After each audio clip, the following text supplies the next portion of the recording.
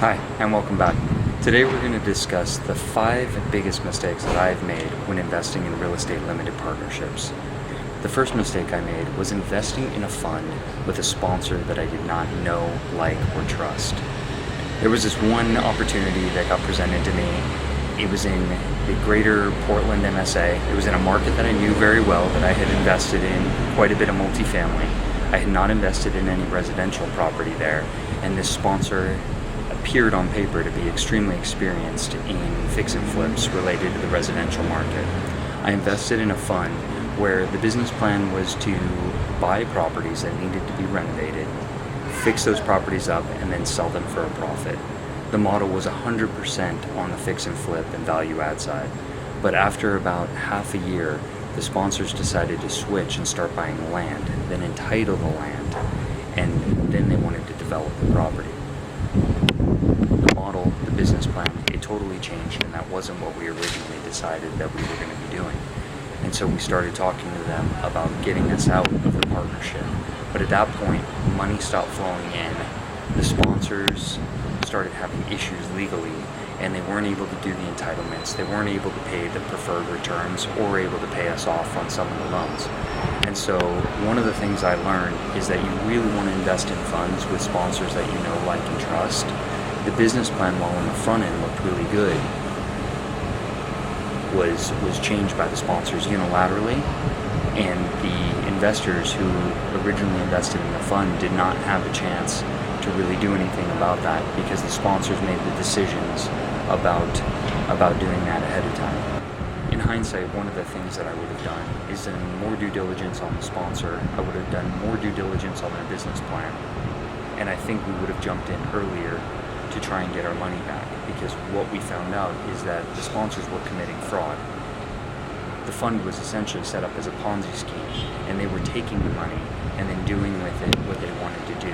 When I do invest in funds in the future, it will be with sponsors that I know, like, and trust, and with sponsors that I know that are reputable. I won't invest in a fund with a sponsor that I don't know. In the future, I'm not going to do that. So that was the first mistake that I made. The second biggest mistake I made with real estate limited partnerships was trusting third-party information over my own analysis. There was one property that I was a sponsor of and also a co-investor in the greater Seattle market. The property looked fine. The market looked very good on paper. But one of the issues was we couldn't get good information from the property manager or the seller. And we started trusting what brokers had to say, the sales brokers and the leasing brokers and the property manager that was running the property over our own analysis. Hindsight 2020, that is a property that I would not have invested in because it was probably the worst performing asset that I've ever had.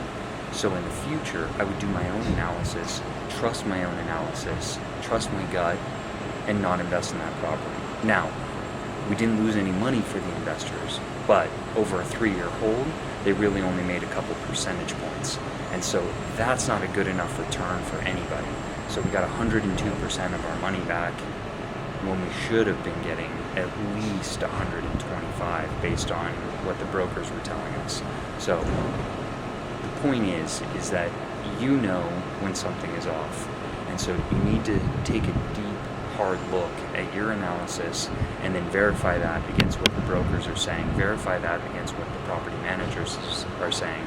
But at the end of the day, you need to trust your gut and trust your own numbers. So I won't be making that mistake again. The third mistake I made with real estate limited partnerships was buying on emotion rather than by buying on rational decision making.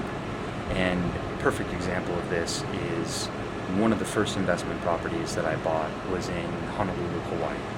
And I love Honolulu, I love Hawaii, and I made the decision to buy an investment property in Honolulu, Hawaii because I liked the market, because I liked traveling there. I didn't really make it from a return on investment perspective. I knew there was upside potential with the property, but the cash on cash was mediocre at best. I mean, every year it was nearly break even on a cash flow basis. I would be paying down the mortgage a little bit, but it was essentially break even on a cash on cash basis. And some years I would make a little money, some years it would be neutral, and some years I would lose a little bit of money. But I like the idea of having a property in Hawaii. I like the idea of buying there because I like the market. It was a little bit more of an ego play than a rational decision-making play, you know? And so I don't do that anymore. I do buy in markets that I know and that I like to travel to, but I'm not gonna buy in a market that I can't make money in. And Honolulu, I could make money in that market, but it wasn't with the property that I bought. So at some point I may buy in Hawaii again, but that was one thing that I learned, is that don't buy on emotion, buy on rational decision making. The fourth mistake that I made with real estate limited partnerships was trusting a property manager too much. Property managers are very difficult to find. The good ones do a very good job and make your life very simple, but there are a lot of poor property managers out there. A good example is I have a property manager in Las Vegas who is phenomenal. She does everything that she says she's going to do. She leases my property, she finds the tenant, she does the due diligence, she handles all the repairs and maintenance. She does an absolutely fantastic job, and she pays me on a monthly basis the net income that I make. And so at the end of the year I can see how much I've made, how much I've lost, without any question. Now, I have another property manager also in the state of Washington, and that property manager is not doing a good job for us.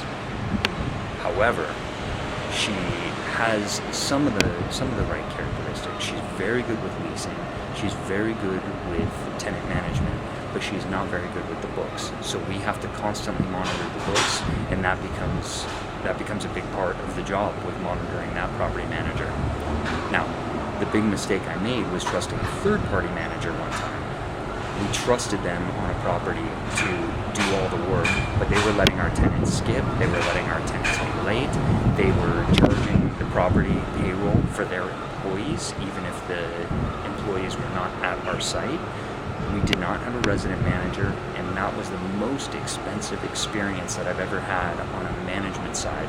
They were charging us a flat property management fee of 5% for the property, plus we were getting charged for 2 employees to be at the site even though they weren't there.